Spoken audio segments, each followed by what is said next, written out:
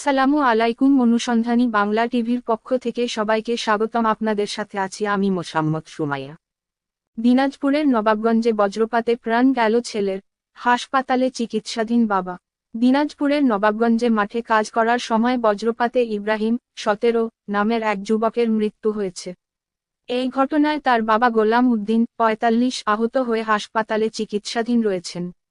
আজ বৃহস্পতিবার 29 আগস্ট দুপুরে উপজেলার দাউদপুর ইউনিয়নের মালদহ গ্রামের মাঠে এ ঘটনা ঘটে। নিহত ইব্রাহিম ও তার বাবা গোলাম উদ্দিন ওই এলাকার স্থানীয় বাসিন্দা।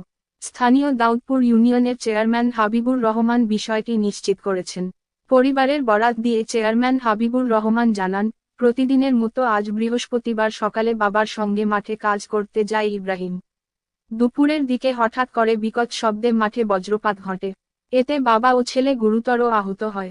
পরে স্থানীয়রা ঘটনাস্থল থেকে গুরুতর আহত অবস্থায় তাদের উদ্ধার করে দাউদপুর উপস্বাস্থ্য কেন্দ্রে নিলে কর্তব্যরত চিকিৎসক ছেলে ইব্রাহিমকে মৃত ঘোষণা করেন।